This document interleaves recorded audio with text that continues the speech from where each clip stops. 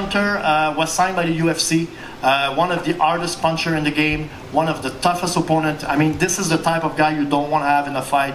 You don't want to be locked up in a cage with Adam Hunter. Most of his wins are by knockout. Most of his wins are in the first round. He's a top fighter, and we're very fortunate to have him with TKO. Adam Hunter. I just want to thank everyone for being here. Thanks Stefan and TKO for having me in their organization. This is quite the show they put on. Coming off 2 years, a lot of people ask me, how do I feel about 2 years, and not fighting for 2 years, and it's not a big deal. I mean, I was a soldier when I was 16, all the way through. I mean, I'm bred to fuck shit up, and fucking Friday's another day. So I see two bulls smashing each other in the head in the center of the ring, and whoever's skull's thickest. That's like we have a similar style, and he'll sit in the pocket and bang. I'll sit in the pocket and bang. Like, he's durable. I'm durable. So I think this is going to be maybe fight of the year. I went to Thailand for a couple months and trained under Jean Berkler, Vincent Chai, just to really kind of reconnect myself. I've always been more of like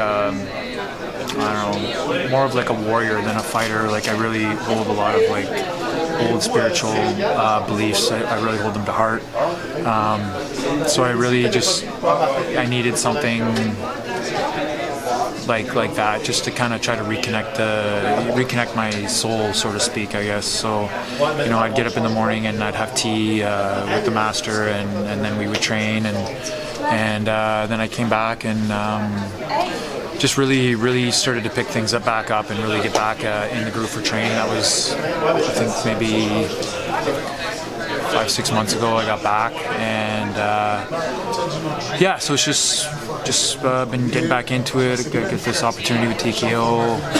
Just been training and just feeling better, like all around better. I met an amazing woman, and she's really helped me in my journey. The difference between finding something when you lose it, or maybe something getting stolen from you, it's the same thing. You still want that thing back. Mm-hmm. And I think Adam is here to get that thing back, and that is that he's the knockout king of this division. He's here to prove that he belonged to the UFC, because it was really crazy kind of what happened, and I think he's going to go out and you're going to see a very, very fearless man. Everything that's happened to this guy has produced this version of him that you're going to see on Friday night.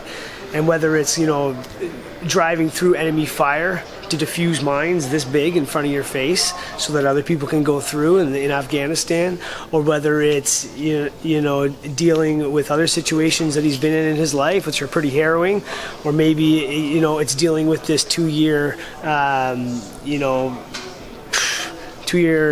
of like shaming of Adam Hunter, that's going to stick with him for the rest of his life.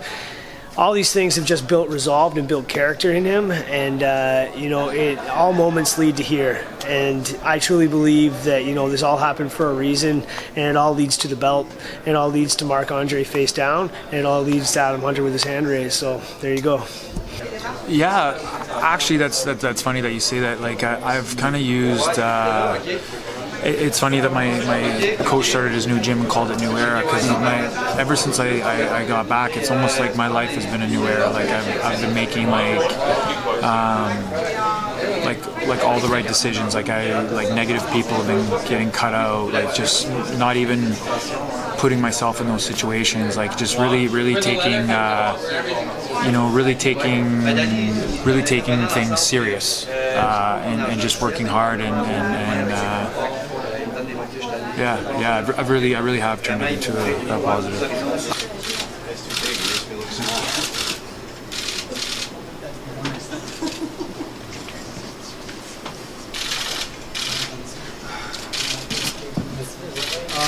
As a coach and as an athlete, there's a lot of differences. He's improved in some aspects. Obviously, I think he's matured a lot.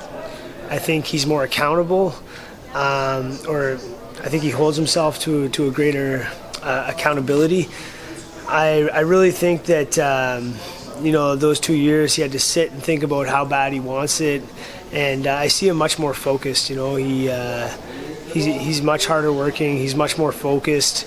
He's obviously improved. He went to train with my instructor in Thailand, Ajahn Berkeley Pinsanchai, who's one of the all-time greats. Since he's been back and since we were working together again, I'm truly impressed. He's a different kind of animal right now. He really feels like something was taken away from him. Let it flow, man. Let it flow, man. Hey, just let it go.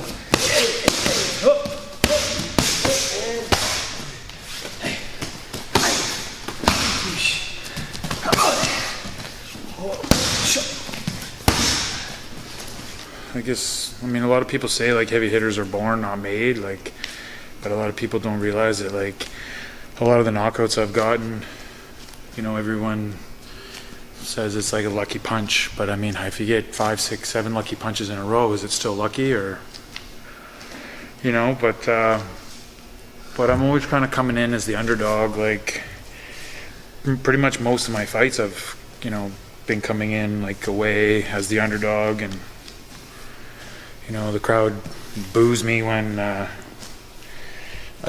come in and cheers me when I come out. You know what I mean? And I handle myself correct. Like I'm not, I don't. Are you okay with that? Yeah, I'm fine with that. Yeah, I'm used to it. Like even back in New Brunswick, when I compete in New Brunswick, there's nothing like in the town that I live in, and I'm always fighting some hometown guy or brought in to lose against whoever, but it hasn't happened yet. So, wow, other than the first fight, but you know what I mean. Left knee to the elbow. Sure. 1-2 step go. Up. Up. Jab Dutch, go 3. Yep. I don't think he's faced anyone like me. I don't think he's faced he's faced like good guys, and I can't really speak for them, but for myself, there's just an intent that I bring, with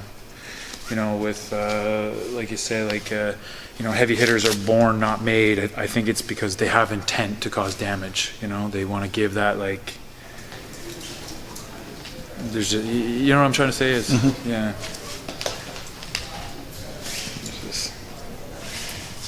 So just that desire to cause damage, So he should be aware. He should be. Oh, I would say he's fully aware. I don't think he's So he knows it's gonna be tough.